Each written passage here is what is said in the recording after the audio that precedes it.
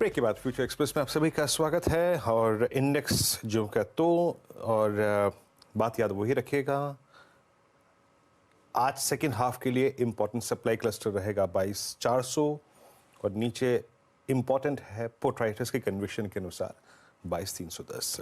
थोड़ी सी स्कैनिंग करेंगे और मैं देखिए एक चीज़ देख रहा हूँ कि आज थोड़ा सा बाजार का अब जो ध्यान है ना वो डिफेंसेस की तरफ पड़ रहा है।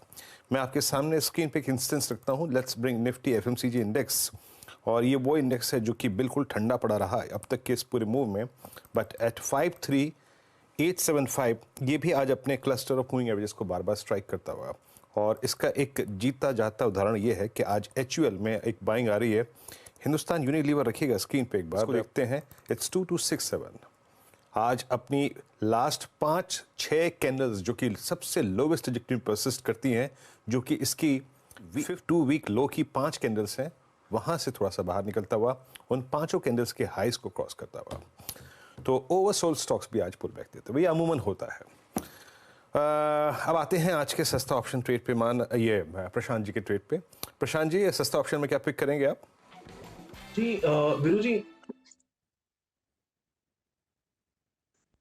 वीरू जी ओवरऑल इप्का लैब्स में मुझे लग रहा है कि एक अच्छी मूव आ सकती है और मोमेंटम पिकअप हो सकता है।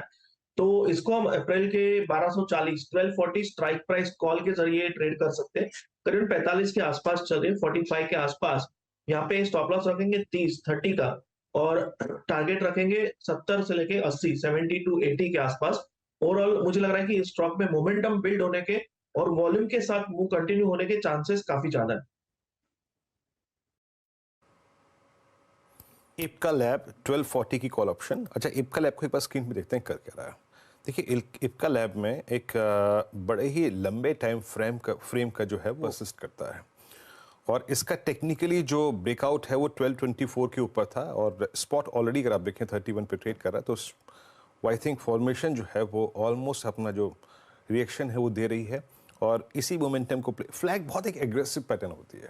अमूमन इसके ब्रेकआउट्स को आप ऑप्शंस के साथ खेल सकते हैं, और दैट्स व्हाई आई थिंक प्रशांत जो है इसको रिकमेंड कर रहे हैं। इस कॉल ऑप्शन पे फोकस करिए और ऑप्शन लेके आएंगे स्क्रीन पे। It's I think 1240 call option 46 पे ट्रेड करते हुए, और करीब 70-80 के टारगेट के लिए आपको इसको प्ले करना है।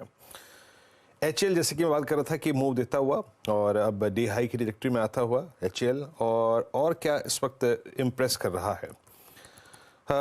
एक बार आप रखिएगा बजर पेंट्स 574.60 पे।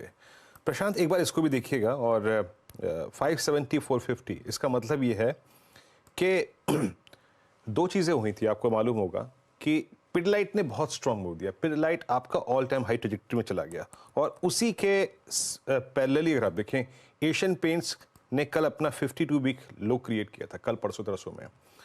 ये वहां से पुल बैक देता हुआ, बर्जर पेंट्स भी पुल बैक देता हुआ 575। अगर ये थोड़ा सा पुल बैक और एग्रेसिव हो गया, क्या 590 टू 600 की ट्रैजेक्टरी आ सकती है प्रशांत? 570-460 मेरे स्क्रीन पे भाव है इस वक्त। जी वीरू जी, हम एक बार अगर 29 फरवरी की कैंडल देखें तो इसका लो था करीबन 555 और इसका हाई था 620। हम इसके लो के नीचे ट्रेड कर रहे थे 8-10 दिनों तक। कल हम इसके ऊपर क्लोज हुए, आज बहुत स्ट्रॉन्ग फॉलो थ्रू मिलके हम सिर्फ इसी के ऊपर नहीं बट 20 दिनों के एवरेज के ऊपर भी आए। अब मुझे लग रहा है कि इसी को स्टॉप लॉस रख के, यानी 555 550 के बीच आप स्टॉप लॉस रख के 600 का टारगेट रख सकते हो काफी कंफर्टेबली। और मुझे लग रहा है कि ये लेवल्स आप जल्द भी एक्सपेक्ट कर सकते हो। डाउनसाइड कैप कीजिए 555 600 और उसके आगे 625, ये लेवल्स आप एज टारगेट यूज कर सकते हो। ओके, आपका बजट हो गया, अच्छा करता हूँ यहाँ पे। और मैं कुछ ऐसे स्टॉक्स ले रहा हूँ, आई मीन जो सेकेंड हाफ के लिए पॉसिबली ज़्यादा अच्छा एक थ्रस्ट जनरेट करेंगे। जब बाजार बहुत फर्स्ट हाफ में स्ट्रॉन्ग करे और हायर लेवल्स पर सस्टेन करे, तो देखिए कि शॉर्ट होल्डर्स का जो दम है ना वो कहाँ घुट रहा है। और इस लिहाज से मुझे एक स्टॉक और नज़र आ रहा है जो कि कल भी बहुत स्ट्रॉन्ग था, हालांकि क्लोज बहुत स्ट्रॉन्ग नहीं था। इट्स पॉलीकैब, लास्ट पॉसिबली इस कार्यक्रम का वो स्टॉक जो डिस्कस करेंगे हम। पॉलीकैब 5080। प्रशांत, मेरे लिए क्या इंपॉर्टेंट है? मेरे लिए इंपॉर्टेंट है कि ये 9 जनवरी की कैंडल का लगभग 50% लॉसेस जो है वो रिकवर कर चुका है। ये 5100 के ऊपर क्या प्रोजेक्शन है? मतलब एटलीस्ट शुरुआती कुछ सेशन के लिए 53 30-5400 पॉसिबल लग रहा है यहाँ पर? तो विधु जी, जो कैंडल आपने कही उसका जो हाई वो 5,400 है। अब मुझे लग रहा है पुल बैक आपको 5,200 250 तक तो कंफर्टेबली लेके जाना चाहिए, क्योंकि जो 4,900 की ट्रैजेक्टरी थी, जो गैप थी रेजिस्टेंस, वो क्लोज हो चुका है। उसके ऊपर हम कंफर्टेबली ट्रेड कर रहे हैं। तो मेरे हिसाब से यहाँ से जो स्टॉप लॉस आपका होना चाहिए करीबन 4,990 4,980, यानी 5,000 के नीचे, और 2% आपकी रिस्क होगी। आप टारगेट यहाँ से रखिए 5,250 से लेके 5,300। ओवरऑल मुझे लग रहा है इतना पुल बैक कंफर्टेबली आना चाहिए। बट इसकी नेक्स्ट ट्रैजेक्टरी डेफिनेटली जो कैंडल आपने कही, उसकी जो हाई है 5,400 450, उसके ऊपर ही डिफाइन हो। जी हाँ, चलिए ये हो गया पॉलीकैब। बट मेरे को समहाउ इस सेकेंड हाफ का अगर कुछ सेक्टर लग रहा है ना, तो आज वो है capital goods. Look at ABB, look at Siemens at day high, look at Cummins at day high, look at L and T. लग रहा है कि बाजार पूरा का पूरा अगर आप देखें तो कहीं पर फोकस कर रहा है, तो वो है कैपिटल गुड्स। क्या स्विंग आ रहा है? Look at Siemens 5350। सिमेंस के पिछले 5 सेशंस वर्टिकल रहे हैं, बिल्कुल वर्टिकल। खैर कोई बात नहीं, इन सब पे बात होगी। अभी फिलहाल प्रशांत, बहुत बहुत शुक्रिया आप इस कार्यक्रम में शामिल हुए। सभी स्टॉक्स इंडेक्सेस पे आया रखिए आपने। Markets not exactly day high, थोड़ा सा रिट्रेस हुए हैं, बट आई थिंक ये एक अच्छा मूव ऑलरेडी दे चुके हैं।